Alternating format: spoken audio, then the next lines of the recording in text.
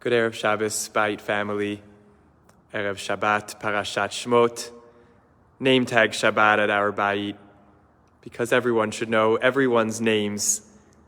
So come on down to the Bait this Shabbat, share a name, share a story. We look forward to being together. And I'm thinking as Shabbat prepares to enter about a beautiful synthesis of leadership and humanity that's described by two commentaries on the first pasuk in chapter 3 of Shemot. We meet Moshe the shepherd, and we're told that he was shepherding the sheep of his father-in-law Yitro. Vayinhag et hatzon achar hamidbar. And he guided, led, shepherded the sheep to the end of the wilderness. Perhaps the more familiar interpretation is the Midrash that talks about how the leaders of Israel were shepherds, and that Moshe's shepherding of his flock, his attention to every individual, was so great that he followed one thirsty, needy member of the flock, one of the sheep, all the way to the ends of the wilderness to make sure it had what it needed, even carried it when necessary. So great was his loving attention to every individual member of his flock. And God bore witness and said, "You're fit to be a leader of Israel, attentive to every individual, seeing the needs of the one which is in front of you."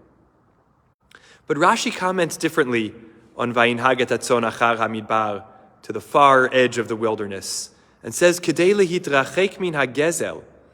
Moshe took his sheep to the far edge of the wilderness, to an unowned land, a distant no man's land, to make sure that the sheep were not accidentally grazing on the lands that belonged to someone, perhaps unbeknownst to Moshe. He didn't know the region, he didn't know whose property was whose, and so he took his sheep to a faraway place to make sure that he was above any even suspicion of wrongdoing. Here the attentiveness is not precisely to the sheep and their needs, but to the needs of those who are not seen, those beyond the flock, the others in the background, and making choices about how to guide a community, how to be attentive to one in front of you with an awareness of the impact on those not in front of you. And of course the pasuk then concludes, Vayavo el har ha'elokim choreva. Maybe to say to us that if we hold both of these interpretations, if the way we walk in the world is with acute attention to the needs of those in our flock, those in front of us, sensitive to what they are lacking and what they need, and in the same consciousness, we think about the impact of those in front of us on those not in front of us, and we make choices and decisions so that we're conscious of and factoring in the impact on those whom we can't see, who aren't in our immediate view. Carrying those two things together will always bring us to Har Elokim, to an encounter with the divine, to the presence of God.